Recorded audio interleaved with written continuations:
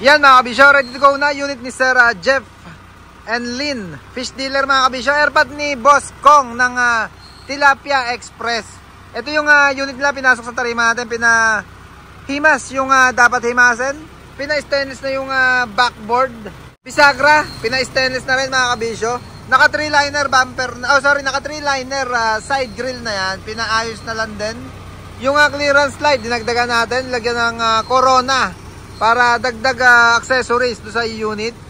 Yung mudguard meron na rin, pinalagyan na rin nila mga kabisyo yung kulay black natin na mudguard na merong stainless plate sa ilalim. Ikutan natin, pakita ko sa inyo yung kinalabasan ng unit nila.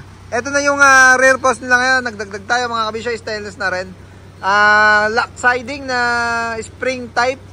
Ito yung likod niya, ganun din mga kabisyo. Yung mga sticker ng unit, yung Boss Jeff, keep distance, tsaka yung ating logo dito. Yan, yari na lahat sa tarima yan, pati not for hire, plate number, all goods na, pati backlight meron na rin.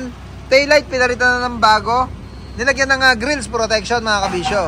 Dito sa gawing lagay ng plaka, stainless na rin para bumagay dun sa paikot na accessories dito sa unit nila Sir Jeff ng Tilapia Express. Tsaka familiar kayo dun sa Tilapia Express na una natin nahimas dito sa tarima natin, unit ni Boss Kong. Ni Boss Kong yan. Yung lower door, chrome, dagdag tayo.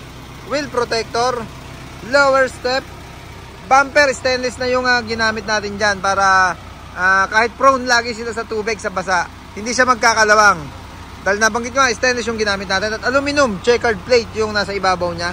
Plate frame, dancing yung ilaw na nalagay natin. Dancing or yung running na ilaw. Yan yung baraso ng side mirror. Pina-stainless na rin nila. Palit ang dashboard, tinted, sticker doon sa taas na In God We Trust. Yung logo natin, certified kabisyo, syempre handyan na yan. Or naglagay na rin tayo.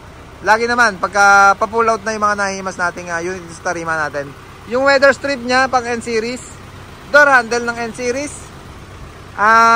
Door visor or rain visor. Pang N-Series din, syempre.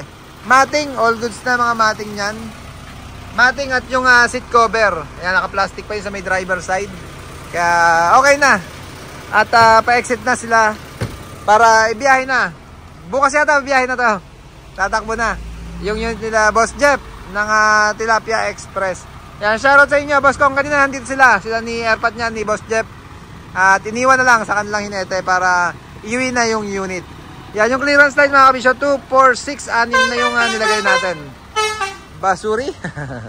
Nakabasuri yung kay Boss Jong. Yan, 6 na clearance light. Balik tayo dito sa unit ni Boss Jeff. 6 na clearance light. Driving light, yung mga ilaw na nalagay natin dyan. Yung ilaw ng plaka or yung plate frame. Yan mga kabisyo, ito na yung finished product sa unit nila Boss Jeff and Madam Lynn ng Tilapia Express. Hanggang dito lang mga kabisyo, maraming salamat sa panonood, maraming salamat sa suporta. Please like, share, subscribe to my channel Bako Republic para updated lagi kayo sa mga hit natin imasin. Peace, Bako Republic!